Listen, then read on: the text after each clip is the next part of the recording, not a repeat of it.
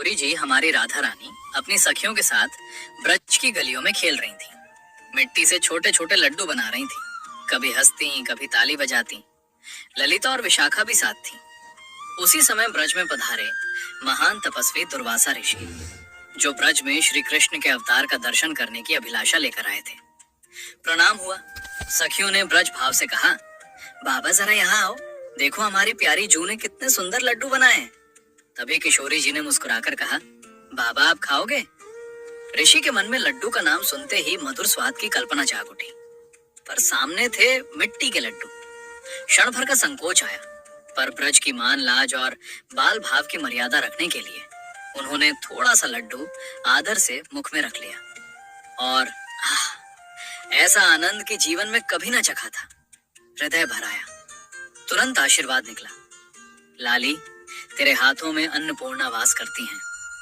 जो तेरे हाथ का बना भोजन पाएगा उसकी दीर्घ आयु होगी। ये बात पूरे ब्रज में फैल गई।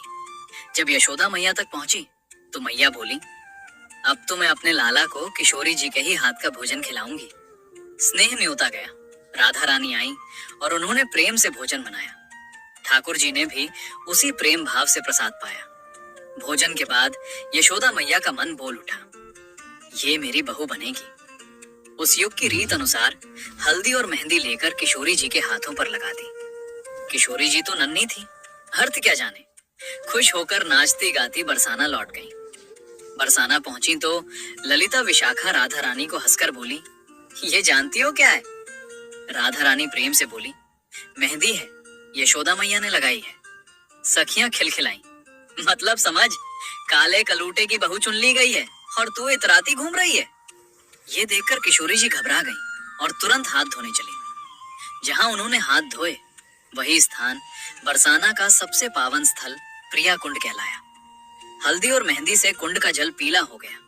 इसी कारण ब्रज भाषा में वो पीली पोखर के नाम से प्रसिद्ध हुआ। आज भी वहां कुछ पल बैठो तो मन सब भूलकर शांति में डूब जाता है। राधे राधे।